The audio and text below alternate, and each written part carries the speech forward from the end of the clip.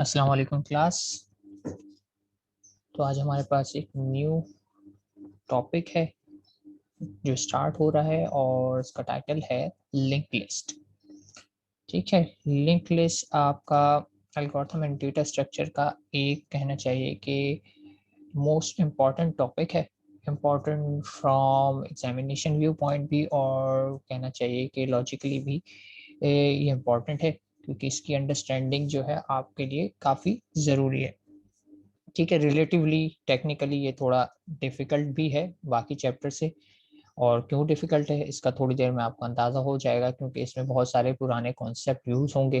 तो अगर पुराने कॉन्सेप्ट क्लियर होंगे तो ये चैप्टर आसान हो जाएगा, और अगर पुराने चैप्टर क्लियर नहीं होंगे तो इसमें जो है आपको प्रॉब्लम हो सकती है। तो इसका बेस्ट तरीका यही है कि अगर कभी कोई प्रॉब्लम होती है तो you should revise those old topics. ठीक है, और ओल्ड टॉपिक्स क्या है वो भी मैं बता देता हूँ आगे। तो लिंक लिस्ट में हमारे पास अच्छे खासे कंटेंट्स मौजूद हैं।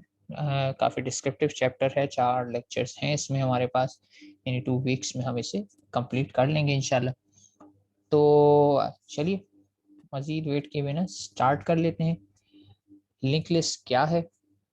ठीक है, लिंक लिस्ट की सबसे पहले जो बात बताई जा रही है वो यही बताई जा रही है कि ये भी एक लीनियर डेटा स्ट्रक्चर है। ठीक है, लीनियर डेटा स्ट्रक्चर है, लेकिन इसमें और बाकी लीनियर डेटा स्ट्रक्चर में फ़र्क क्या है उस पर बात करते हैं। तो ये लीनियर डेटा स्ट्रक्चर है, लेकिन बुनियादी फ़र्क जो है इसमें ये है कि ये sort of dynamic in nature है। ठीक है, पहली बात तो यही है कि ये linear data structure dynamic in nature. Dynamic in nature क्यों है? ये भी अभी थोड़ी देर में बताता हूँ कि डायनेमिक क्यों है या किस तरीके से इसे डायनेमिक किया जा सकता है। पहला रीज़न डायनेमिक क्यों है, क्योंकि एक हमारे पास already static linear data structure मौजूद है जिसका नाम है एरे। ठीक है, हमने एरे पढ़ा, लेकिन हमने देखा कि एरे में कुछ प्रॉब्लम्स हैं, कुछ इश्यूज हैं। तो उन इश्यूज को रिजॉल्व करने के लिए हमने एक और अल्टरनेट डेटा स्ट्रक्चर बनाया जो कि सेम एज एरे है, यानी लीनियर है। वो सब ऑपरेशन एरे पे जो होते हैं इस पे भी हो सकते हैं, लेकिन इसकी खास बात क्या है कि ये डायनेमिक इन नेचर है। तो a linked list is a linear collection of specially designed data element। ठीक है, स्पेशली डिजाइन डेटा एलिमेंट्स को कहा जा रहा है यहाँ पे नोड। नोड क्या है कि हर एलिमेंट जैसे एरे के अंदर होता था उसको हम कहते थे ये इंडेक्स 1 पे, इंडेक्स 2 पे, इंडेक्स 3 पे। यहाँ पे ऐसा कॉन्सेप्ट नहीं है, बल्कि यहाँ पे क्या है, नोड्स होती हैं और सारी नोड्स एक लाइन की फॉर्म में ऑर्गेनाइज हुई होती हैं। तो that's why they are called linear collection. ठीक है, linear collection of nodes. Node होती क्या है? नोड कुछ भी नहीं है, एक फैंसी सा नेम है किस चीज के लिए, सिंपली इसके लिए, सिंपली ये जो बनी हुई एक नोड है। ठीक है, नोड के अंदर क्या होता है? नोड के अंदर आपके पास डेटा होगा, डेफिनेटली आप डेटा स्टोर करना चाह रहे हैं। तो नोड के अंदर एक्चुअली दो चीजें होती हैं। पहली चीज आपका असल डेटा होता है जो आपने स्टोर करना है या जिससे आपको गर्ज है, जो आपके काम का है। लेकिन एक हमारे पास यहाँ पे एडिशनल फील्ड होती है जिसमें हम स्टोर करते हैं एड्रेस। ठीक है, जिसमें हम स्टोर करते हैं एड्रेस, और to be more specific address of next node. ठीक है, चूंकि लिंक लिस्ट में इंडेक्सेस का कॉन्सेप्ट नहीं होता। इंडेक्सेस का कॉन्सेप्ट क्यों नहीं होता? क्योंकि लिंक लिस्ट में सारे एलिमेंट्स सब्सिक्वेंट या एडजेसेंट मेमोरी लोकेशन पे नहीं होती, क्योंकि डायनेमिकली एलोकेट हो रही है। शुरू में हो सकता है इसमें 3 एलिमेंट थे, आगे चल के 1 घंटे बाद हो सकता है या अगले दिन हो सकता है या अगले साल हो सकता है मैंने 3 से 5 एलिमेंट कर दिए। तो मुझे जो मेमोरी लोकेशन आगे 4th और 5th एलिमेंट की मिलेगी वो जरूरी नहीं है कि वो एडजेसेंट हो प्रीवियस 3 एलिमेंट के साथ।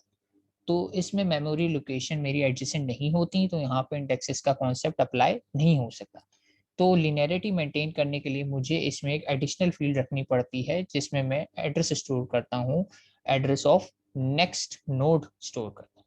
ठीक है, तो इसलिए नोड के अंदर दो, कम से कम 2 चीजें होंगी। एक चीज होगी आपका एक्चुअल डेटा और दूसरी चीज होती है आपके पास नेक्स्ट का वर्ड यूज कर लेते हैं, और लिंक का वर्ड भी यूज होता है, लेकिन ज्यादातर हम जो लेक्चर में वर्ड यूज करेंगे वो नेक्स्ट है। नेक्स्ट का मतलब है अगला, यानी अगली नोड कहाँ पर है उसका एड्रेस। ठीक है, तो डेटा, वो डेटा जिसे मुझे एक्सेस करना है या जिससे मुझे गर्ज है, एक्चुअल डेटा। और नेक्स्ट मेरी मजबूरी है लिनियरिटी मेंटेन करने के लिए, मुझे एक नेक्स्ट एड्रेस चाहिए ही चाहिए। और चूंकि नेक्स्ट एक एड्रेस है, तो एड्रेस को जाहिर सी बात है जब आप एड्रेस से डील करते हैं तो प्रोग्रामिंग में कॉन्सेप्ट आ जाता है, वो कहलाता है पॉइंटर्स। तो यहाँ पे आप पॉइंटर के थ्रू एड्रेसेस को मेंटेन कर रहे होते हैं। तो nodes are link to one another by means of pointers.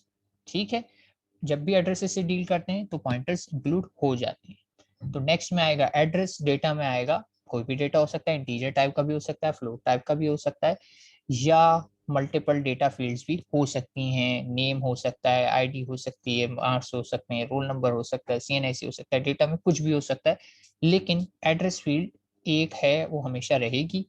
Data बढ़ सकता है, घट भी सकता है, किसी भी टाइप का हो सकता है।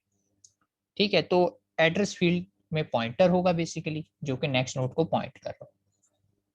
अब अगर मेरे पास ये ओवरऑल एक नोड है, तो ओवरऑल नोड का मतलब ये है कि इसमें दो मैंने सब डेटा फील्ड्स रखी हुई है। तो यहाँ पे एक और प्रोग्रामिंग का हमारे पास कॉन्सेप्ट यूज होगा जो कहलाता है स्ट्रक्चर। यानी मैं एक स्ट्रक्चर बनाऊंगा और स्ट्रक्चर के अंदर दो चीजें होंगी, एक डेटा होगा और एक एड्रेस फील्ड होगा। तो जब मैं इसको एक्सेस करूंगा यूजिंग पॉइंटर, ठीक है, जब मैं पॉइंटर के थ्रू एक्सेस करूंगा, ठीक है, तो मुझे जाहिर सी बात है इस तरीके से लिखना पड़ेगा। डेटा फील्ड को एक्सेस करने के लिए ये लिखना पड़ेगा, और नेक्स्ट वाली फील्ड को एक्सेस करने के लिए ये लिखना पड़ेगा। और एरो नोटेशन यूज कर रहा हूँ क्योंकि मैं पॉइंटर के थ्रू इसे एक्सेस कर रहा हूँ। तो यहाँ पे आपको स्ट्रक्चर का कॉन्सेप्ट भी क्लियर होना चाहिए, साथ साथ पॉइंटर के कॉन्सेप्ट। तो इसीलिए आप लोगों को रिकैप भी कराया गया था लैब में, स्ट्रक्चर का टॉपिक भी और पॉइंटर का टॉपिक भी, क्योंकि वो मस्ट है लिंक लिस्ट समझने के लिए।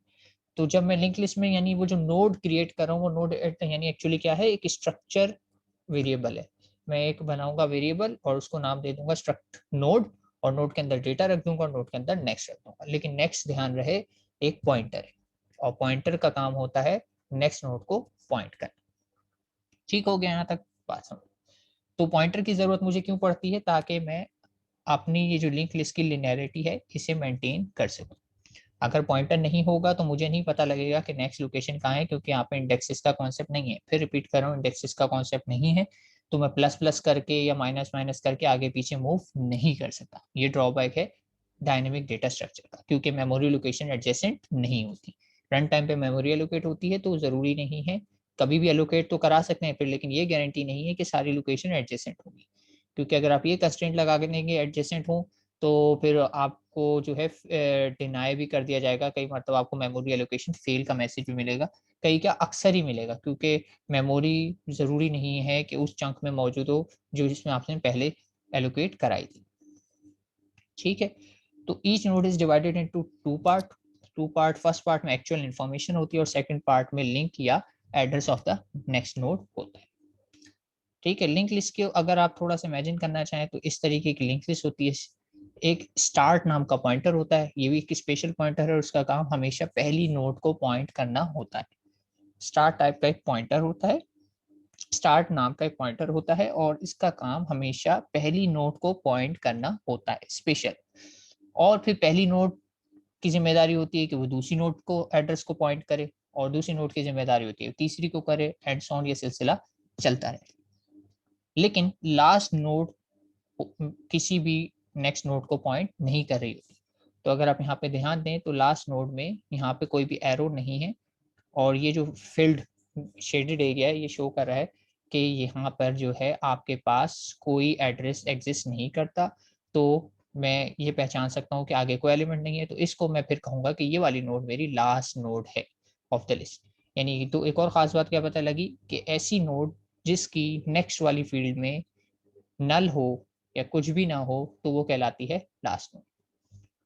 तो बैकग्राउंड में अगर एड्रेसेस में देखा जाए तो देखें, स्टार्ट एक पॉइंटर, उसके पास एक एड्रेस मौजूद है 80017। तो 80017 इस पूरी नोड का एड्रेस है। ठीक है, इस पूरी नोड की बात करूँ, इस पूरी की पूरी, ना सिर्फ डेटा की बात कर रहा हूँ, ना सिर्फ इसके अंदर मौजूद ये नेक्स्ट फील्ड की, मैं पूरी नोड की बात कर रहा हूँ। पूरी नोड का एड्रेस क्या है, 80017। और फिर जब देखा जाता है 80017 का, तो इसके पास एक और एड्रेस मौजूद है। ये एड्रेस क्या है, 80010। ठीक है, अब आप देखें 17 के बाद एड्रेस 18 नहीं आ रहा, बल्कि 10 आ रहा है, जो कि पीछे का एड्रेस है। तो इसका मतलब है नोड्स मुझे मेमोरी में कहीं से भी एलोकेट हो सकती हैं, इसमें एडजेसेंसी या सीक्वेंशियल मेमोरी लोकेशन का कोई कॉन्सेप्ट नहीं है। अब ये बोल रहा है अगर आपको नेक्स्ट जाना है तो आप कहाँ जाएं, ये कह रहा है भाई नेक्स्ट जो है आपको इस एड्रेस पे जाना है, तो नेक्स्ट वाली नोड देखें ये रही इस एड्रेस पर। तो इसी वजह से क्या हो रहा है कि मैं यहाँ पर जब ये देखता हूँ कि ये एड्रेस है, तो ये पॉइंट करके पूरा का पूरा इस नोड पे चला जाता है, पूरी नोड पर। फिर कह रहा हूँ ये पूरी नोड पर जाएगा, यहाँ से लेकर यहाँ तक पूरी नोड को कवर करेगा, क्योंकि ये 80010 इस पूरी नोड का एड्रेस है, ना कि सिर्फ उसकी डेटा फील्ड का, ना कि सिर्फ उसकी नेक्स्ट फील्ड का, बल्कि पूरी की पूरी नोड का एड्रेस है। सिमिलरली फिर जब इस वाली नोड पे आता हूँ, तो इसकी नेक्स्ट फील्ड में लिखा हुआ है कि भाई 80031 पे नेक्स्ट नोड मिलेगी, तो 80031 पे ये कैसे चला जाएगा, यहाँ से निकलेगा और इसको पूरी नोड को पॉइंट करना शुरू कर देगा। ठीक है, एरो देखें मैं किसी पर्टिकुलर फील्ड के अंदर नहीं बना रहा, पूरी नोड के ऊपर बना। और लास्ट नोड को अगर आप देखें तो लास्ट नोड में यहाँ पे क्या मौजूद है, एक स्पेशल कीवर्ड मौजूद है जिसे हम कह रहे हैं नल या नल पॉइंटर। और नल पॉइंटर का मतलब होता है कि आगे ये किसी भी नोड को पॉइंट नहीं कर रहा।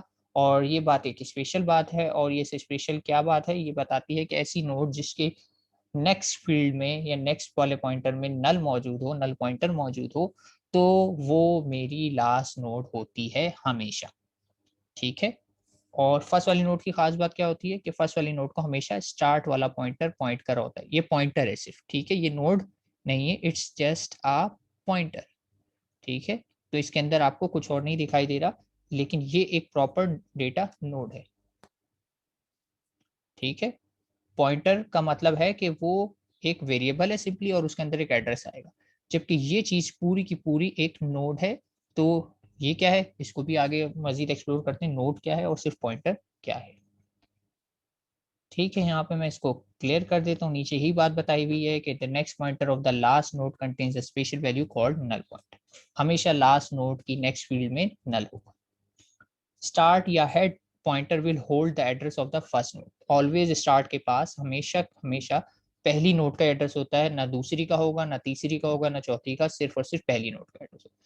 यानी at any point of time हमें सिर्फ और सिर्फ पहली नोड का एड्रेस पता होता है, बाकी किसी भी नोड को मैं डायरेक्टली एक्सेस नहीं कर सकता। एक स्पेशल कंडीशन है कि अगर स्टार्ट इक्वल्स टू नल हो जाए, यानी स्टार्ट नल को पॉइंट कर रहा है, तो इसका क्या मतलब है, इसका मतलब ये है कि लिस्ट में कोई भी नोड नहीं है, यानी मेरी लिस्ट एम्प्टी है। सिंपल वर्ड्स में कहा जाए तो लिस्ट एम्प्टी है, क्योंकि वो किसी वैलिड नोड को पॉइंट नहीं कर रही, बल्कि नल को पॉइंट कर रही है, और नल का मतलब ही है कि लिस्ट इज एम्प्टी। तो ये भी ध्यान रखिएगा, अगर स्टार्ट नल होता है तो इसका मतलब होता है लिस्ट इज एम्प्टी। यहाँ तक किसी को कोई कंफ्यूजन कोई क्यूरी हो तो पूछ ले, वरना फिर हम मजीद आगे डेप्थ में जाते हैं।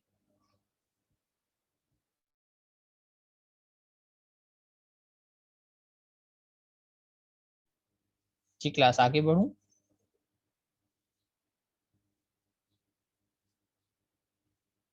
चलिए, खामोशी को मैं ज्यूम करता हूँ क्लियर है, और मैं बढ़ता हूँ आगे। ठीक, रिप्रेजेंटेशन ऑलरेडी बता चुका हूँ, लेकिन यहाँ पे एक इंटीजर टाइप के साथ बताई हुई है कि अगर आप से एक इंटीजर नंबर को लिंक लिस्ट में स्टोर करना चाहें तो किस तरीके से स्टोर होगा। एक नोड बनी होगी, उसमें आप देख रहे हैं कि एक डेटा रखा हुआ है, और नेक्स्ट वाली फील्ड से एरो निकल रहा है। देखिए इसमें एरो अंदर से निकल रहा है, अंदर से मतलब है, तो इसका मतलब ये एड्रेस इसके अंदर स्टोर है। लेकिन ये एरो लिस्ट के नोड के बाहर आके रुक गया है, तो इसका मतलब है ये पूरी की पूरी नोड को पॉइंट कर रहा है। ठीक है, फिर देन अगेन इसमें 31 एक डेटा मौजूद है, और फिर इसमें से एक अंदर से एक एरो निकल रहा है, और ये जाके इस पूरी नोड को बाहर पॉइंट कर रहा है, इसका मतलब यहाँ हो गया। और यही प्रोसीजर रिपीट हो रहा है। इंटीजर्स को अगर आपने लिंक लिस्ट में स्टोर करना है तो इस तरीके से आप स्टोर कर सकते हैं। और ये देखें लास्ट वाली नोड में क्या है, नल। लास्ट नोड है क्योंकि इसके अंदर कुछ भी नहीं है, कोई एरो नहीं है, तो ये नल है। ठीक हो गया। प्रोग्रामिंग में लिंक लिस्ट को कैसे रिप्रेजेंट कर सकते हैं, तो ये आपके सामने स्ट्रक्ट बना हुआ है। स्ट्रक्ट में मैंने लिख लिया नोड। ठीक है, ये मेरा डेटा आ गया, और ये मेरा पॉइंटर आ गया, और बाकी ये एडिशनल लाइन मैंने वही टाइप डेफ करके नोड को ये नाम दे दिया, ताकि मुझे बार बार स्ट्रक्ट नोड ना लिखना पड़े, एलियस क्रिएट। अच्छा, देखने वाली बात क्या है कि नेक्स्ट पॉइंटर की टाइप क्या होनी चाहिए। नेक्स्ट पॉइंटर की टाइप क्या होनी चाहिए, तो यहाँ पे थोड़ा सा हम रिकॉल करते हैं पॉइंटर को। अगर याद करें कि अगर मैं से CHAR एक चीज है, और इसको मैं दे देता हूँ C, और इसके अंदर से कुछ भी हो सकता है, मैं इसके अंदर कोई भी वैल्यू स्टोर कर देता हूँ, इसे 9 कर लेता हूँ, 9 भी नहीं करते, ए कर लेता हूँ, आप लोग कंफ्यूज। तो अगर मुझे इस सी एच को पॉइंट कराना है, एक मुझे पॉइंटर रिक्वायर्ड है, तो मैं इसे एक पॉइंटर बनाता हूँ पी टी आर, और इससे पहले लगा देता हूँ स्टार, ठीक है, और P T R equals to address of C लिख देता हूँ, ठीक है। अब आप लोगों से सवाल मेरा ये है कि मैंने एड्रेस ऑफ सी इसमें कॉपी किया है पीटीआर में, लेकिन पीटीआर की डेटा टाइप मैंने यहाँ पे नहीं लिखी। तो आप लोग मुझे बताइए कि इस पीटीआर की डेटा टाइप क्या होनी चाहिए। ध्यान रहे, पीटीआर पॉइंट कर रहा है कैरेक्टर वेरिएबल को, तो इसकी डेटा टाइप क्या होनी चाहिए, सही है, करेक्टर होनी चाहिए। तो मैं यहाँ पे लिख देता हूँ करेक्टर पॉइंटर, ठीक है, सो फार सो गुड। अच्छा, चलें ये यहाँ पे ले आते हैं, एक और काम करते हैं। अब अगर मैं यहाँ पे लिखता हूँ I N T X equals to 56, और यहाँ पे फिर मैं एक और पॉइंटर क्रिएट करता हूँ पी टी आर आई नाम दे देता हूँ इसको डिफ्रेंशिएट करने के लिए, और इसको मैं कह देता हूँ एड्रेस ऑफ एक्स। तो अब मुझे बताइए कि इस पी टी आर की डेटा टाइप क्या होनी चाहिए, पी टी आर आई की, इसकी डेटा टाइप क्या होनी चाहिए, इंटीजर, ठीक है। यानी आप बात समझ रहे हैं कि अगर मुझे इंटीजर टाइप के वैल्यू को पॉइंट कराना है तो उसकी डेटा टाइप पॉइंटर की भी इंटीजर होनी चाहिए, और अगर करेक्टर टाइप को पॉइंट कराना है तो करेक्टर ही होनी चाहिए, और सिमिलरली फ्लोट टाइप को पॉइंट कराना हो तो फ्लोट ही होनी चाहिए। तो अगर यहाँ पे मैं एक से नोड टाइप का वेरिएबल क्रिएट करता हूँ लिस्ट, नोड मेरा वेरिएबल है, ठीक है, कीप इन माइंड नोड मेरा वेरिएबल है, और मैंने यहाँ पे लिस्ट क्रिएट की, ठीक है। लिस्ट में अभी चलें सपोज कर लेते हैं एक्स वाई जी कुछ भी है। अब आपसे मुझे सवाल ये है कि मैंने एक पॉइंटर बनाया पी टी आर एल, ठीक है, और इसको मैंने असाइन कर दिया एड्रेस ऑफ लिस्ट, ठीक है, एक्स वाई जी कुछ भी वैल्यू हो सकती है, लिस्ट के अंदर भी वैल्यू नहीं पता। तो अब मेरा आपसे सवाल है, आप मुझे बताइए कि इस पी टी आर लिस्ट की डेटा टाइप क्या होनी चाहिए। नो, क्योंकि ये जो लिस्ट नाम का मैंने वेरिएबल क्रिएट किया है इसकी डेटा टाइप मैंने यहाँ पे लिखी है नोड, ठीक है, तो इसका मतलब है इसकी डेटा टाइप भी क्या होनी चाहिए, नोड ही होनी चाहिए। अगर इसकी डेटा टाइप से मेरे पास स्टैक है तो इसकी डेटा टाइप भी स्टैक ही होनी चाहिए, बात समझे। तो जिस टाइप का मैं वेरिएबल के एड्रेस को स्टोर करने वाला हूँ उसी टाइप का मुझे पॉइंटर रिक्वायर्ड। तो यहाँ पे मैंने जो अपनी लिस्ट को जो नोड नाम दिया है वो मेरा डेटा है, या मेरी बनाई हुई कस्टम डेटा टाइप है तो उसका नाम है नोड। तो मैंने यहाँ पे जो पॉइंटर क्रिएट किया है पीटीआर लिस्ट, चूंकि ये लिस्ट की डेटा टाइप नोड है तो इस पॉइंटर की डेटा टाइप भी नोड होनी चाहिए, तभी मैं इसमें इसका एड्रेस पॉइंट करवा सकता हूँ, ठीक है, विथ सेम रूल। ये जो रूल यहाँ पे तक इंटीजर, अगर इंटीजर टाइप के डेटा को पॉइंट करना है तो इंटीजर पॉइंटर, करेक्टर टाइप के डेटा को पॉइंट करना है तो करेक्टर पॉइंटर। तो सिमिलरली अगर मुझे नोड टाइप के डेटा को पॉइंट करना है तो मुझे नोड पॉइंटर रिक्वायर्ड। बात समझ में आ रही है, अंडरस्टैंड कर पा रहे हैं कॉन्सेप्ट। जी खुशबख्त, ये बात क्लियर है, माज खुशबख्त राना अजहर, ये बात क्लियर है, ठीक है। तो अब यहाँ पे हम देख लेते हैं कि हुआ क्या। तो यहाँ पे अगर आप लोग ध्यान दें तो मैंने इस नेक्स्ट पॉइंटर की डेटा टाइप क्या रख दी है, स्ट्रक्ट नोड।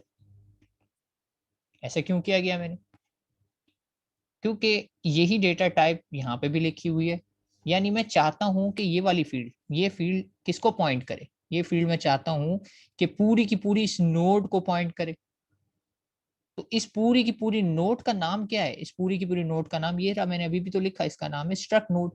तो इसका मतलब ये है कि अगर पूरी नोड को मुझे पॉइंट कराना है तो इसका जो पॉइंटर होगा उसकी और इस नोड की डेटा टाइप सेम होनी चाहिए।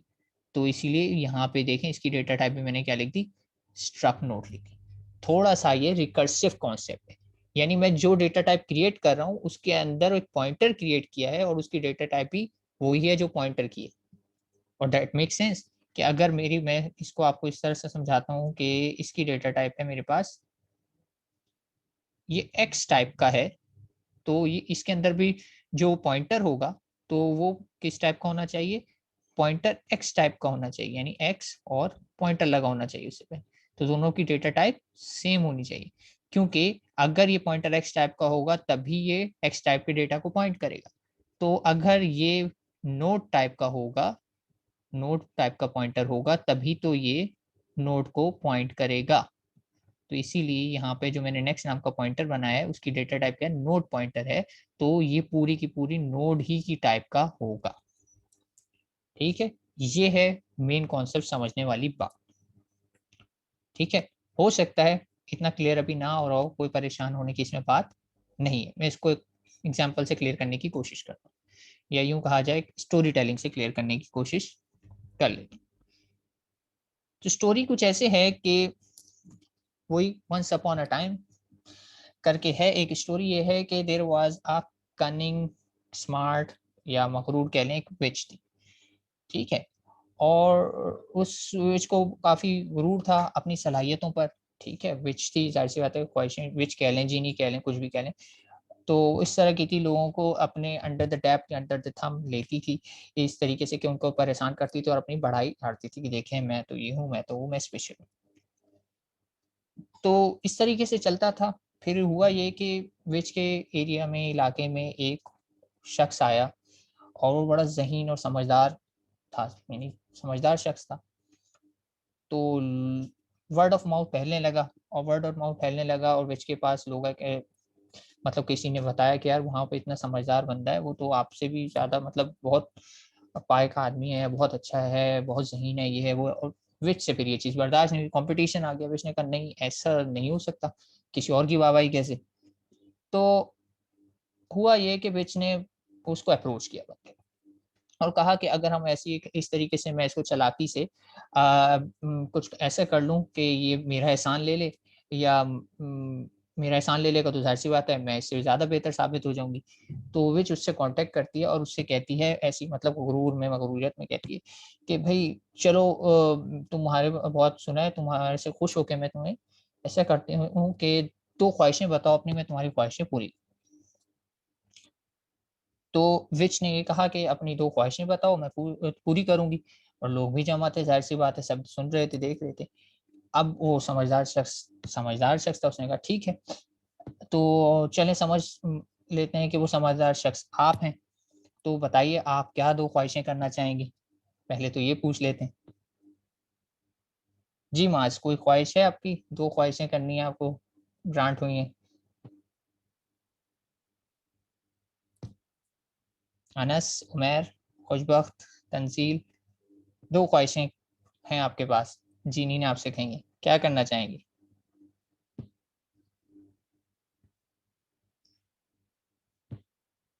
ठीक है जी, ये तो एक ख्वाहिश हो गई, मास, सक्सेस, अमीर आदमी, प्रोग्रामिंग आ जाए, ठीक है।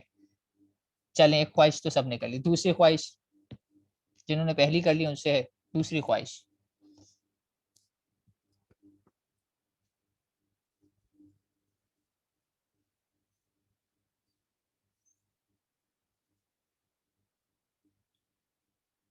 अच्छा जी, डिग्री मिल जाए, पीस, हज, चलें।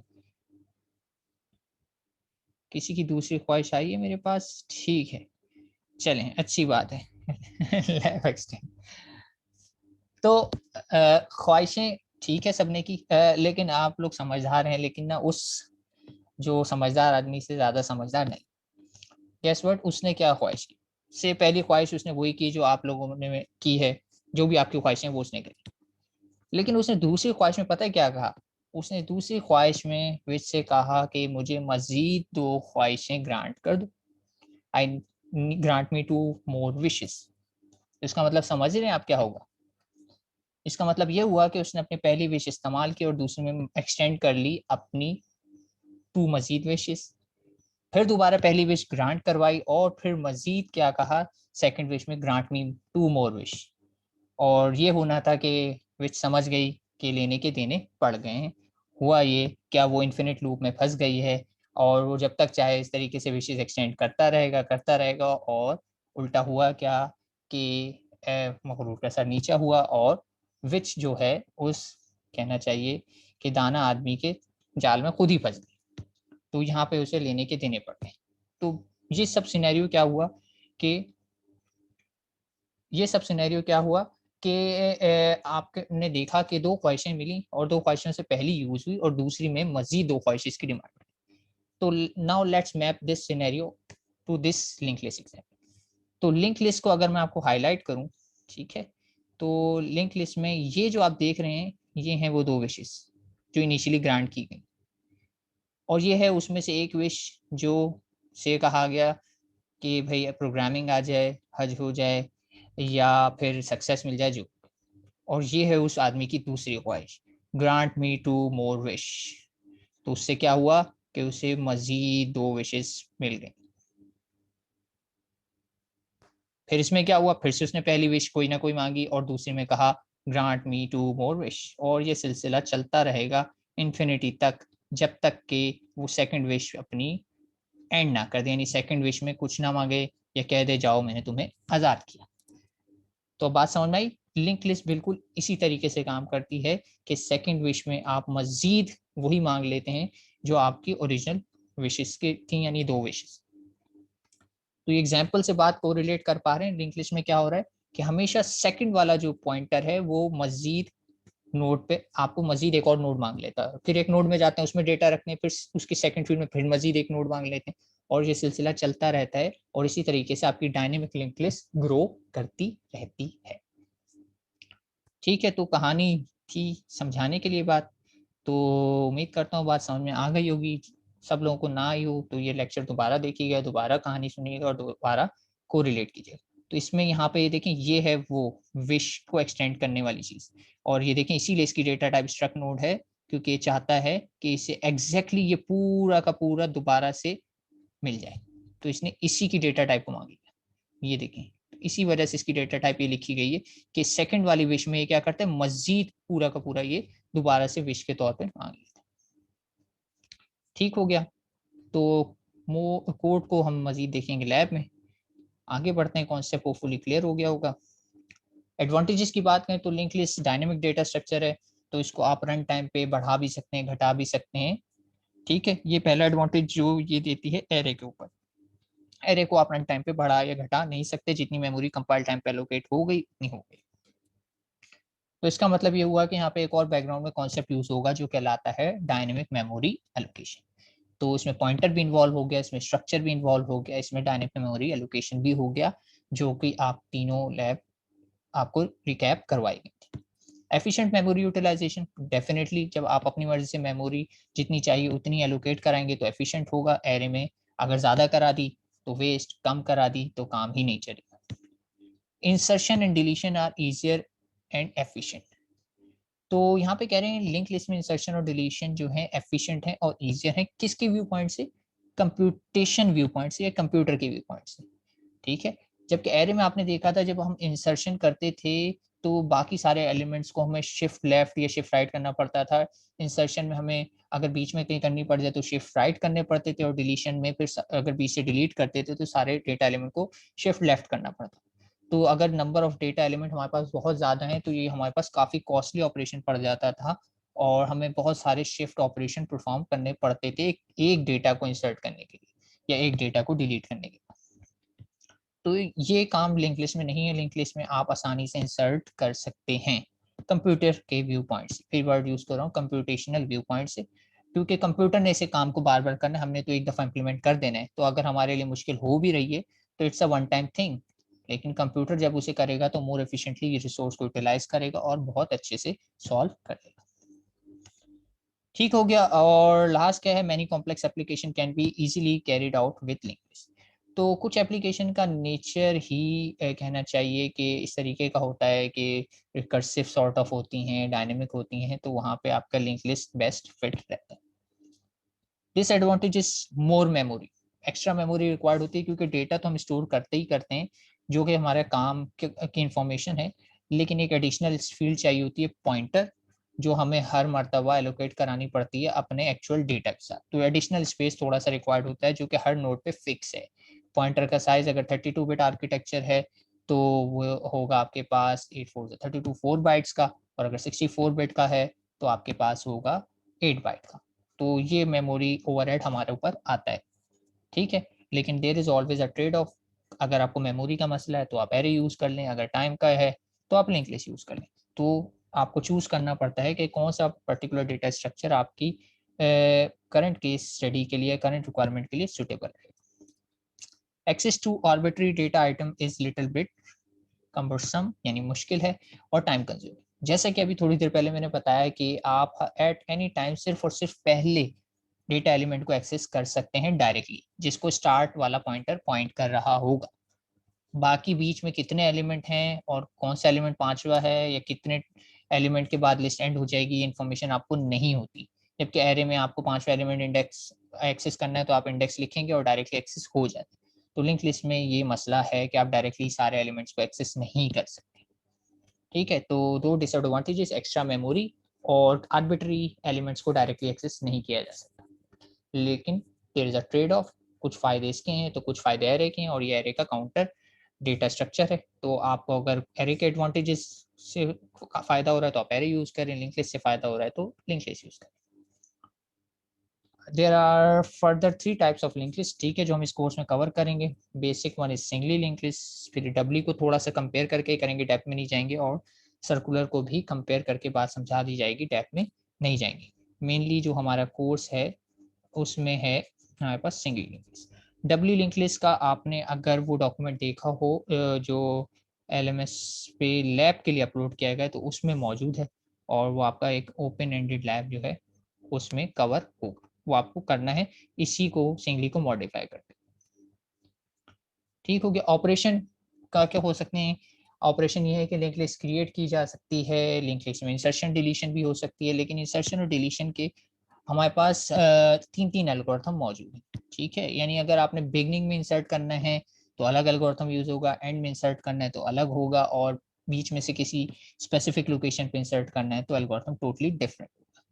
डिलीशन में भी ऐसा ही है कि बिगनिंग के लिए अलग एल्गोरिथम है, एंड के लिए अलग है, और स्पेसिफिक लोकेशन के लिए अलग एल्गोरिथम है। आप चाहें तो एक बड़ा सा एल्गोरिथम बना सकते हैं और उसमें तीनों एक साथ मर्ज करके लिख दें और उसमें चेक लगा दें कि ऐसा होगा तो ये वाला पीस ऑफ कोड चल जाए, ऐसा हो तो ये वाला, या तीनों को अलग अलग भी इंप्लीमेंट कर सकते हैं। हम फिलहाल अलग अलग इंप्लीमेंट करेंगे, सिंपल रखेंगे, और इसको मिक्स करने की कोशिश नहीं करें, क्योंकि टोटली डिफरेंट कॉन्सेप्ट अप्लाई होते हैं, लॉजिक डिफरेंट होती है तीनों टाइप के ऑपरेशंस में। ट्रैवर्सिंग एक जेनरिक वर्ड है। ट्रैवर्सिंग का मतलब सिर्फ ये होता है कि आपने ईच एंड एवरी नोड को एक्सेस करना है, फिर चाहे सारे डेटा को प्रिंट करना हो, फिर हो सकता है ट्रैवर्सिंग के अंदर आप सर्चिंग करना चाह रहे हो, तो सर्चिंग में ये होता है कि डेटा फाउंड पे आपका रिजल्ट क्विट हो जाता है, लेकिन ट्रैवर्सिंग आपकी डजेंट मैटर, सारी की सारी नोड्स को एक्सेस करती है। कंकैटिनेशन भी हो सकता है कि आप दो लिस्ट को मर्ज कर, दो लिस्ट को मर्ज करना बिल्कुल वैसे ही जैसे कि आप कंकैटिनेशन से फेमिलियर हैं कि ट्रेन के 3 डब्बे, ट्रेन के 4 डब्बे, दोनों ट्रेनों को एक दूसरे के पीछे लगा दें तो वो कंकैटिनेशन है। और लिंक लिस्ट भी लाइक अ ट्रेन कैरेज, तो आप एक दूसरे के पीछे लगा सकते हैं, ठीक हो गया। सिंगल लिंक लिस्ट की बात की जाए तो उसमें कुछ ऑपरेशन अगर आप परफॉर्म करते हैं तो ये स्टेप्स हैं, इसको थोड़ा सा बता देता हूँ ऊपर ऊपर से, बाकी डेप्थ में हम ईच एंड एवरी एल्गोरिथम को डिस्कस करते जाएंगे तो ये पता चलता है। शुरू में अगर मैं लिंक लिस्ट क्रिएट कर रहा हूँ विद डेटा 30 तो ये सूरत हाल होगी कि एक ही नोड मौजूद होगी, स्टार्ट उसी को पॉइंट कर रहा होगा, और वही नोड मेरी लास्ट नोड होगी। अब अगर मुझे कहा जाता है insert node with data 40 at the end, तो एंड का मतलब ये है कि 40 30 के बाद आएगा, क्योंकि लास्ट नोड बनेगा, एंड में कहा है मैंने इंसर्ट करने का। अब मैं कह रहा हूँ डेटा 10 को शुरू में बिगनिंग में इंसर्ट कर दें, तो बिगनिंग का मतलब ये है कि सबसे पहले आएगा। और अगर मैं कह रहा हूँ 20 को इंसर्ट करें सेकंड पोजीशन पे, तो 20 10 के बाद आना चाहिए। सिमिलरली मैं कह रहा हूँ insert note 50 at the end, तो 50 को अगर मैं एंड पे इंसर्ट करने की बात कर रहा हूँ तो 50 मेरा एंड पर आएगा। और अगर मैं ट्रेवर्स करूंगा तो मेरे पास इस तरीके से डेटा प्रिंट होगा, पहले 10 20 30 40 एंड देन 50। अगर मैं डिलीट ऑपरेशन की बात करूं और कह रहा हूँ delete third note from the list, तो थर्ड में देखें 30 वाली नोट डिलीट होगी। और अगर कह रहा हूँ delete first note from the list, तो फर्स्ट की बात करें तो आप देखें 10th वाली नोट डिलीट होगी। और अगर डिलीट लास्ट नोट फ्रॉम कहता हूँ तो आप देखें 50 वाली नोट डिलीट होगी। तो इसमें आप किसी भी पोजीशन से डिलीट कर सकते हैं। ये जस्ट एक सिंपल सी एग्जांपल है इस बात को समझाने के लिए कि एंड में कहेंगे तो कहाँ इंसर्ट होगा, बिगिन में कहेंगे तो कहाँ इंसर्ट होगा, मिडल में कहेंगे तो कहाँ इंसर्ट होगा, और डिलीशन भी बिल्कुल सिमिलरली ऐसे ही होगी। ठीक है, तो ये सारे ऑपरेशन हमने देखने कवर करने हैं इस चैप्टर में, लेकिन सब आज नहीं करेंगे। आज हम थोड़ा सा लाइट रखेंगे और एक सिर्फ और सिर्फ इंसर्शन एट द बिगिनिंग वाला जो है एल्गोरिथम उसे कवर करें। ठीक है, तो इसमें हमारे पास इंसर्शन में बिगिनिंग एंड और स्पेसिफिक पोजीशन, इसमें डिलीशन में बिगिनिंग एंड और स्पेसिफिक पोजीशन, और फिर फर्दर ये स्टैक और क्यूज को भी हम रिविजिट करेंगे लेकिन लेटर। और लास्ट में ये मैंने एक स्लाइड रखी है आप लोगों को एक बात समझाने के लिए। सपोज ये मेरे पास जो इस वक्त आपके सामने स्क्रीन आ रही है, ये एक नोड है, यानी इस पे जो भी आपको डेटा सब कुछ नजर आ रहा है, इंफॉर्मेशन वो डेटा है, और वो डेटा कहाँ से कहाँ तक है, वो डेटा समझ लें यहाँ से लेकर यहाँ तक, ये सब जो है मेरा डेटा है, ये भी डेटा है, और समझ लें ये भी मेरा डेटा है। और ये नोड जो उसको मैंने ऐसे ही छोड़ दिया है, ये क्या चीज़ है, ये चीज़ जो है ये है मेरा पॉइंटर। कौन सा पॉइंटर बताया था अभी मैंने आपको, उस पॉइंटर का नाम क्या बताया था, नेक्स्ट पॉइंटर, जिसका काम क्या है, नेक्स्ट नोड को पॉइंट करना। ठीक है, बात समझ रहे हैं। तो होगा क्या, ये रेड में जो हाईलाइट मैंने किया ये मेरा इंफॉर्मेशन, ये एक्चुअल डेटा है, और ये जो ब्लू है ये मेरा पॉइंटर है। तो जब भी मैं इस पॉइंटर पे जाऊंगा तो ये मुझे क्या कर देगा, नेक्स्ट नोड पे ले जाता है, और नेक्स्ट नोड पे फिर मेरे पास क्या है, फिर एक डेट इंफॉर्मेशन है, डेटा है वही सब कुछ, और फिर एक नेक्स्ट पॉइंटर है। फिर से अगर मैं इसको क्लिक करता हूँ तो फिर से मुझे क्या करता है, नेक्स्ट नोड पे ले जाता है। तो ये स्लाइड भी मैंने आपको ये बात समझाने के लिए कि इसमें आप अगर ऑब्जर्व कर रहे हो तो रिकर्सिव बिहेवियर आपको ऑब्जर्व करने में आ रहा है। तो बिल्कुल ऐसे ही लिंक लिस्ट ऐसे ही है कि ये मेरी सेकंड विश, और इसने मजीद मुझे ग्रांट कर दी वही सब विशेष दोबारा से अगर मैं नेक्स्ट पे जाता हूँ तो वही पूरा का पूरा नोट डेटा मेरे पास वापस आता जा रहा है। तो सिमिलरली रिकर्जन में भी यही होता है, और लिंक लिस्ट एक रिकर्सिव टाइप का डेटा स्ट्रक्चर है। ठीक है, ये बात समझ रहे हैं कि ये है मेरा नेक्स्ट पॉइंटर, और नेक्स्ट मुझे बार बार वही सेम फील्ड्स पे ले जाता है जो मेरे एक्चुअल इन्फॉर्मेशन। ठीक हो गया, यहाँ से हो सकता है बात समझ में आ गई हो, अगर वो विच वाली कहानी से बात समझ में नहीं आई।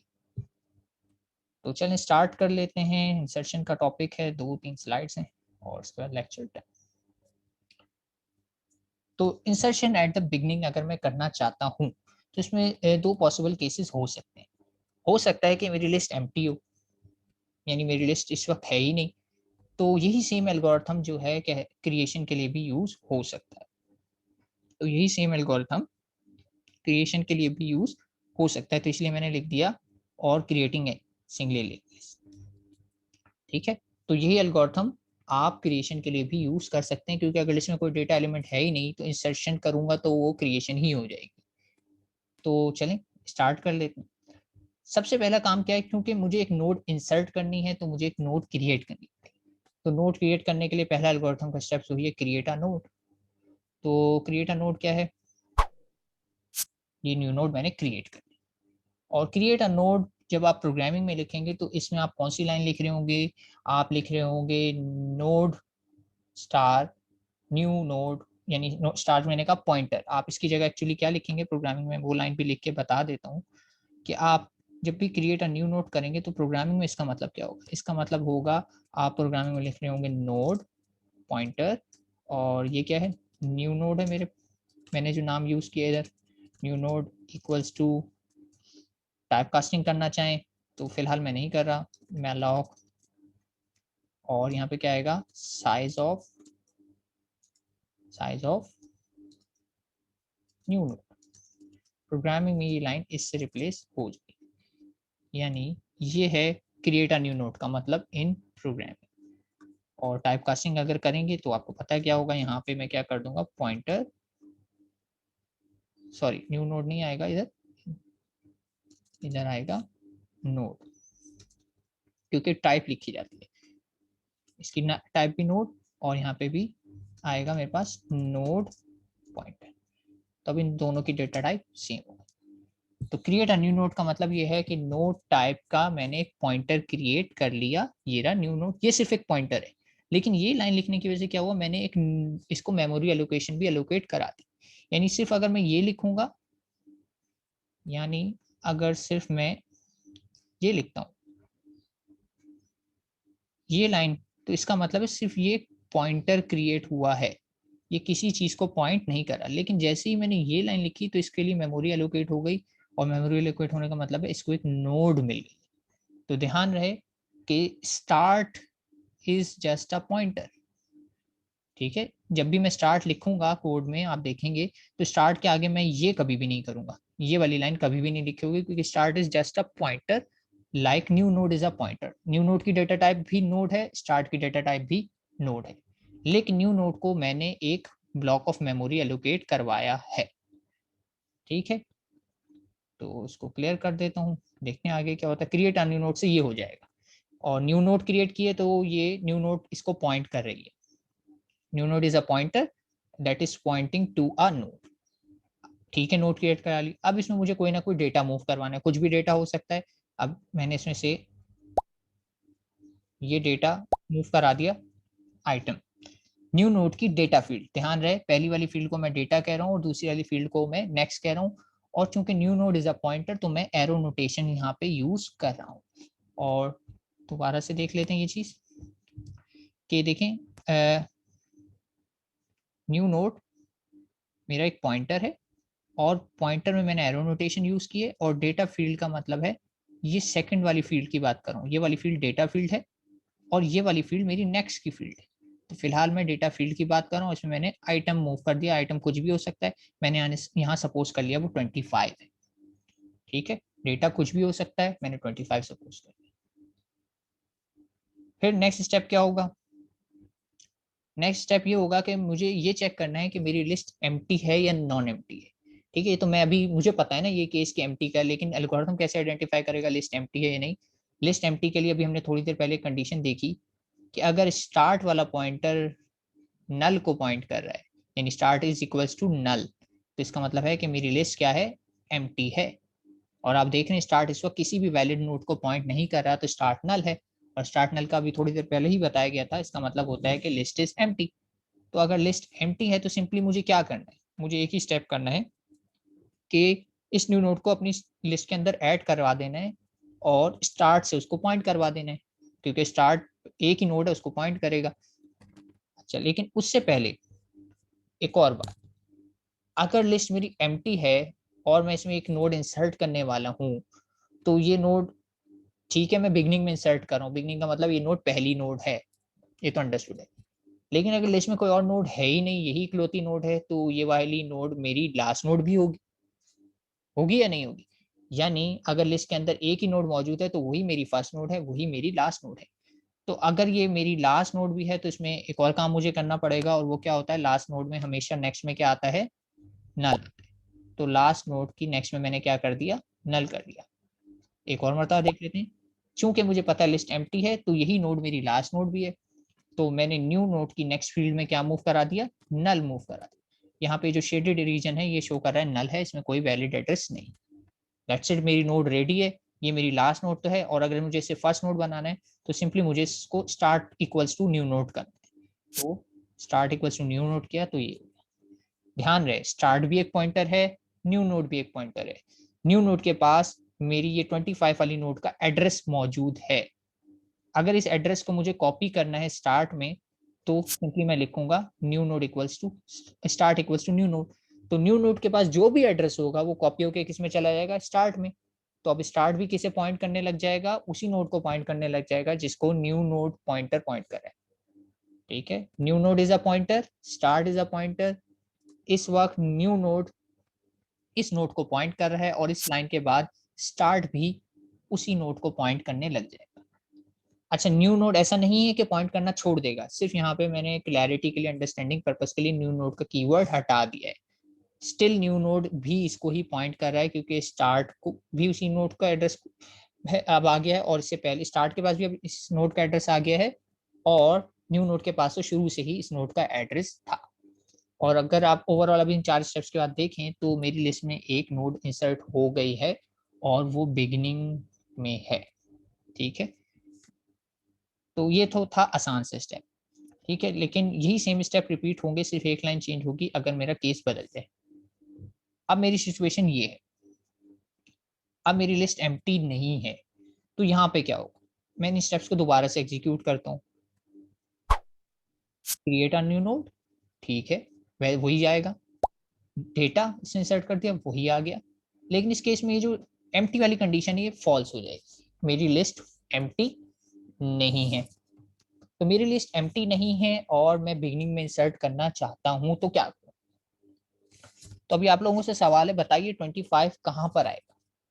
चूंकि मैंने इंसर्ट करना है बिगिनिंग में, तो 25 की करेक्ट पोजीशन क्या बनती है, उसको मैं कहाँ प्लेस करूं? 10 से पहले, 10 के बाद, 20 के बाद, 30 के बाद, कहाँ प्लेस होगा?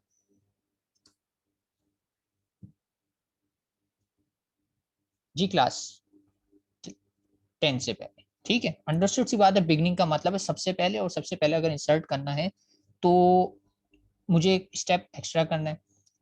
एक स्टेप क्या करना है, यानी मैं अगर आपको समझाना चाहूँ तो ये है कि स्टार्ट इसको पॉइंट करने लग जाए, ठीक है, ये पहली नोड बन जाए। अब चूंकि ये पहली नोड बन जाएगी तो इसको दूसरी नोड को पॉइंट करना चाहिए, तो ये पहली हो गई, तो अब दूसरी नोड कौन सी बन जाएगी? ये वाली बन जाएगी। तो इसको इस तरीके से पॉइंट करना चाहिए, और ये वाला एरो यहाँ से हट जाएगा। तो इसका मतलब क्या होगा कि अब ये 25 पहली नोड है, और फिर 10 दूसरी नोड है, फिर 20 तीसरी नोड है, एंड सो। ये सिचुएशन आ जाएगी, मुझे ये करना है। तो इस केस में मैं 25 की नेक्स्ट फील्ड में, यानी न्यू नोड की नेक्स्ट फील्ड में नल नहीं करूंगा, बल्कि क्या करूंगा, इस नोड का एड्रेस डाल दूंगा। इस नोड का एड्रेस किसके पास है? जी क्लास, एनी आइडिया? इस नोड का एड्रेस किसके पास है? मुझे इस नोड का एड्रेस चाहिए। एड्रेस होगा तो भी तो मैं यहाँ पे लिखूंगा ना कि भाई यहाँ पे आके पॉइंट कर जाओ। मेरे पास एड्रेस नहीं होगा तो मैं इस जगह पे कैसे बताऊंगा कि कहाँ जाना है? तो ये 10 वाली नोड का एड्रेस किसके पास है? किसी को पता है इसका एड्रेस?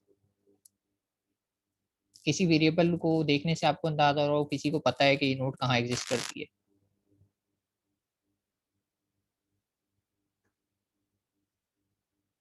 हाँ, न्यू नोड के नेक्स्ट में तो आएगा, लेकिन क्या आएगा, वो एड्रेस किसके पास है? 10 का एड्रेस किसके पास है? सिचुएशन देखो ये है, मैं सब कुछ क्लियर कर देता हूँ। मुझे बताओ कि 10 वाली नोड का एड्रेस चाहिए ना, तो 10 का एड्रेस किसके पास है?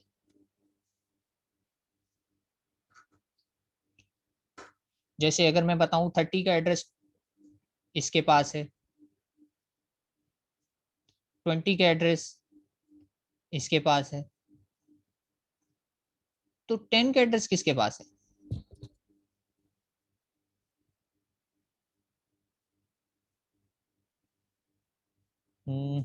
25 के पास अभी नहीं है। मेरी इंटेंशन ये है कि 25 के पास आ जाए। हमेशा मैंने क्या बताया था, पहली नोड का एड्रेस किसके पास होता है? 10 इस वक्त पहली नोड है, तो पहली नोड का एड्रेस हमेशा स्टार्ट के पास होता है। यानी अगर स्टार्ट की वैल्यू को मैं कॉपी कर दूं इस जगह पे, तो 25 के पास ये एड्रेस आ जाएगा। तो बिल्कुल आ जाएगा। तो यानी अगली लाइन जो मुझे करनी चाहिए वो सिंपली ये करनी चाहिए कि स्टार्ट में जो भी एड्रेस है उसे कॉपी कर देना चाहिए न्यू नोड के नेक्स्ट में। तो न्यू नोड के नेक्स्ट में अब क्या आ गया, वही आ गया जो स्टार्ट के पास है। तो स्टार्ट के पास से है मौजूद 1100 से सपोज, और 110 किसका एड्रेस था? इसका एड्रेस था 1100। तो जब मैंने ये वाली लाइन लिखी तो इससे क्या हुआ कि न्यू नोड की नेक्स्ट फील्ड में वही चला गया 1100। तो इसका मतलब है इसके अंदर क्या मौजूद है, 1100। तो दैट्स वाई अब मैं ये एरो को कहाँ पॉइंट करा रहा हूँ, 1100 पे पॉइंट करा रहा हूँ। तो बात समझ में आई? स्टार्ट में से मैंने पहले एड्रेस कॉपी कर लिया इसमें, तो इस वजह से क्या हुआ कि जो एड्रेस स्टार्ट के पास था वो एड्रेस अब इस जगह पर आ गया है। तो इस जगह पे आ गया है, तो मैंने पॉइंट करके विजुअली भी दिखा दिया कि भाई देखें ये अब इसको पॉइंट कर रहा है क्योंकि इसके पास एड्रेस इसका है, ठीक है। चूंकि 1100 इसकी नेक्स्ट फील्ड में आ चुका है, तो अब ये भी इसी को पॉइंट कर रहा है। तो अब नेक्स्ट स्टेप क्या होगा? 25 ने तो बता दिया कि भाई मेरे आगे वाली नोड 10 है, लेकिन स्टिल 25 मेरी फर्स्ट नोड नहीं बनी है। फर्स्ट नोड बनाने के लिए क्या करना पड़ेगा? 25 को फर्स्ट नोड बनाने के लिए क्या करना पड़ेगा? वही इंस्ट्रक्शन लिखनी पड़ेगी जो अभी थोड़ी देर पहले हमने लिखी थी। और वो इंस्ट्रक्शन क्या थी कि मुझे इसको यहाँ पॉइंट करा देना, ये पॉइंट हो गया तो ये बन जाएगा फर्स्ट नोड। यानी स्टार्ट इक्वल्स टू क्या लिखना पड़ेगा, simply start equals to new node लिखूंगा तो ये ऑटोमेटिकली क्या होगा, ये मेरी फर्स्ट नोड बन जाएगा। तो स्टार्ट में वो एड्रेस आ जाए जो यहाँ पर मौजूद है, और यहाँ पे कुछ भी हो सकता था एड्रेस। सपोज यहाँ पे एड्रेस मौजूद है, इसका एड्रेस है 2 2 2, ठीक है। तो अगर स्टार्ट में तो अभी क्या मौजूद था, मैंने एक ऐसी फर्जी एड्रेस बताया था 1100, लेकिन अगर इस एड्रेस को मैं रिप्लेस कर दूं, कट करके क्या असाइन कर दूं इसे, 2 2 2 एंड देन 2, तो इससे क्या होगा, स्टार्ट इधर के बजाय ये था मेरा 1100, तो स्टार्ट अब यहाँ के बजाय किसको पॉइंट करना शुरू कर देगा, यहाँ पॉइंट करना शुरू कर देगा, क्योंकि एड्रेस इसके पास अपडेट हो चुका है और किसका एड्रेस मौजूद आ रहा है, इसका एड्रेस आ रहा है। तो अगर अब मैं ये लाइन लिखता हूँ start equals to new node, तो इसमें न्यू नोड के पास जो एड्रेस था वो था 2222, तो वो कॉपी हो जाएगा स्टार्ट में, और दैट्स वाई स्टार्ट का पॉइंटर अपडेट होके कहाँ चला जाएगा, न्यू नोड पे। और अगर आप पूरी लिंक लिस्ट को देखें तो ये देखें, ये बता रहा है ये पहली नोड, और ये बता रहा है ये इसके बाद आने वाली दूसरी नोड, और अब ये बन गई तीसरी नोड, एंड सो ऑन। ये पूरी की पूरी लीनियर है, अपेरेंटली लीनियर न लग रही हो, लेकिन इसकी चेन अगर आप फॉलो करें तो वो लीनियर इन नेचर है। तो that's how we insert a node at the beginning of a list जो कि एम्प्टी ना हो, ठीक है, जो कि एम्प्टी ना हो, ठीक है। इसको मजीद देखिएगा, वीडियो लेक्चर रिकॉर्ड हो रहा है तो उसको बार बार देखिएगा, थोड़ा सा ट्रिकी कॉन्सेप्ट्स हैं इसमें, और इसमें जाहिर सी बात है जैसे मैंने बताया स्ट्रक्चर, पॉइंटर्स, स्पेशली पॉइंटर्स का कॉन्सेप्ट बहुत ज़्यादा क्लियर होना चाहिए, और स्ट्रक्चर और डायनेमिक मेमोरी भी आने चाहिए, लेकिन पॉइंटर क्रिस्टल क्लियर होगा तो बात ज़्यादा समझ में आएगी, ठीक है। टाइम हो गया है तो मैं इसको थोड़ा सा वाइंड अप करने की कोशिश करता हूँ लेक्चर को, और ये है आपका इसका कंप्लीट इंसर्ट का एल्गोरिथम, जिसमें ये बताया हुआ है आइटम वो एलिमेंट जिसे मैं इंसर्ट करना चाह रहा हूँ। स्टार्ट को हेड कहा गया है यहाँ पे, ठीक है, तो स्टार्ट और हेड, लिंक और नेक्स्ट एक ही बात है। और यहाँ पे एक और बात ये है कि ये मेरी वो कंडीशन, देखिए एल्गोरिथम वही 4 लाइन है लेकिन इफ एल्स है। इफ होगा तो मैंने याद है पहला केस एम्प्टी के केस में नल कर दिया था, एल्स होता है तो मैं स्टार्ट कर, लेकिन यहाँ पे मैंने हाईलाइट कर दिए लाइन, और हाईलाइट किस लिए किए, अगर मैं इस एल्गोरिथम में से ये तीनों लाइन हटा भी दूं तब भी मेरा एल्गोरिथम वैसे ही काम करेगा जैसे करता है। मैंने अभी आपको तोड़ तोड़ के दोनों केसेस को बताया है, लेकिन अगर मैं सिर्फ ये स्टार्ट वाली लाइन भी लिखूं तब भी मेरा एल्गोरिथम काम कर जाएगा, क्योंकि एम्प्टी के केस में स्टार्ट के अंदर होता क्या है, एम्प्टी के अंदर, स्टार्ट के अंदर ऑलरेडी नल ही मौजूद होता है। तो अगर मैं ये वाली लाइन लिखता हूँ तो ये वाला केस जो है ऑटोमेटिकली इसमें कवर हो ही जाता है, तो ये 3 लाइनें भी मुझे एक्स्ट्रा लिखने की ज़रूरत नहीं पड़ती। ये सिर्फ अंडरस्टैंडिंग व्यू पॉइंट से बताया गया था कि इस तरीके से लिखना है, लेकिन अगर आप ये दोनों तीनों लाइनें मिस भी कर दें, सिर्फ start new node equal to start कर देंगे तब भी एल्गोरिथम सही काम करेगा, क्योंकि एम्प्टी के केस में स्टार्ट के अंदर होता ही नल है, ठीक है, और जब एम्प्टी नहीं होती तो स्टार्ट के अंदर पहली नोड का एड्रेस होता है, तो दोनों केसेस में स्टार्ट को असाइन कर देने से काम चल जाएगा, ठीक है। तो लेक्चर में कंक्लूड करता हूँ, टाइम अप हो गया है, कोई क्यूरीज हो तो आप लोग मुझसे ग्रुप पर पूछ सकते हैं, ठीक है। तो लेक्चर से अगर कोई क्यूरी नहीं है तो मैं कंक्लूड करता हूँ, टिल नेक्स्ट टाइम, अल्लाह हाफिज।